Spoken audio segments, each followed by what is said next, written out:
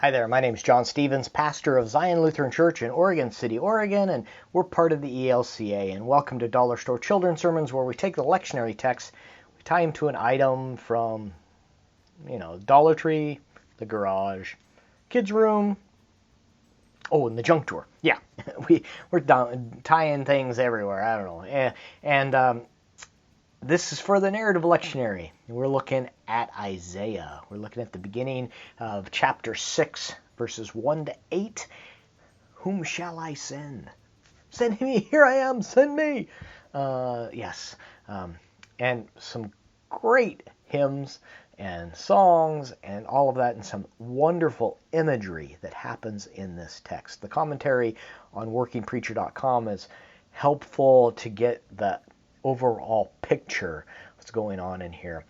Thinking about the children's sermon, shocking, I know, since you're here, and there's a couple of directions I'm thinking about. One is you can do a search on the Dollar Store Children's site, and one that I did on this text a few years ago, looking at being called by God and using the phone and having in the phone very like a trumpet sound, dun da da, and having while you're either filming it or you're in person and you're doing the children's sermon, you have someone call you or someone text you, and you get that, whoa, hey, hello, oh, hey, God, and the whole thing about being called by God and about how God is using that to get your attention.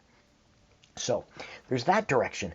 This year, when I'm reading through it, the thing that's coming to my mind is our idea, in our liturgy, in the Lutheran liturgy and many of your liturgies, I'm sure, I think, if it's not there normally, you can plug it in if you wanted to, but is that at the beginning of service, we have a brief order of confession and forgiveness, where we confess the things that we've done, the things that we've left undone, those things we've done and those things we were called to do, but we didn't. And then at the end, we hear the words of forgiveness and grace, and we receive the blessing, and it's so this, and it seems to follow this text in my head, and that sometimes is a scary thing, but it follows it because the text goes like this, where it's like, we have this, holy, holy, holy is the Lord of hosts, the whole earth is full of the glory, as they're called, and then here Isaiah, the character, says, woe is me, I am lost, and I am a man of unclean lips, and I live among a people of unclean lips. Yet my eyes have seen the King, the Lord of hosts. And I like that, where it's like, here I am. It's like that beginning of the confession. It's like, I have messed up. I see this, and I am unclean lips. I've said things, and I've done things, and I haven't done things, and and then we're here that it says, and then when the seraphs flew to me holding a live coal that had been taken from the altar with a pair of tongs, and then that weird action where the seraph touches the mouth with it, and now that this has touched your lips, your guilt has departed and your sin is blotted out. That idea, that the refining fire, the coal, and talk about some imagery in that, where in our brief order of confession and forgiveness, or even if I go to the pastor, or if I go to my bishop and say, I need to confess to you, I've got stuff that's weighing on my heart, moving from one of awe to the ecstatic, here I am, here I am, send me.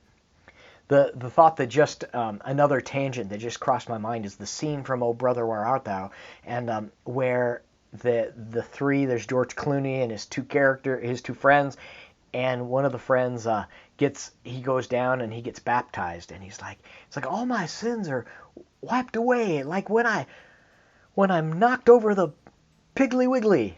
Well, you said you were innocent of that. And he goes, I lied about that, but that's been forgiven too. This idea, but the overjoy that comes from knowing that your past has been forgiven and that the sin has been blotted out. So there's that. The third springboard is talking about what does blotted out mean. And I just had that you got the blotter where you blot something out. So many things that you could go on the direction of this text. Anyway, so many springboards on here. I'm talking about confession and forgiveness. I'm talking about how when we've done something wrong, when our hearts hurt, and when we receive that forgiveness and the joy that can come from that, and how it's okay, use me, God, use me, and God does, and that's the beauty of it. So anyway, hope that you can hope something's useful here. As always, thanks for stopping by. I hope you have a fantastic week. This is a hard time, and I am so glad you are in partnership in the gospel with all of us, walking this and getting the good news out not only to our kids, but to the adults and to the people that surround you. So know that I'm praying for you, and have a wonderful week. Peace.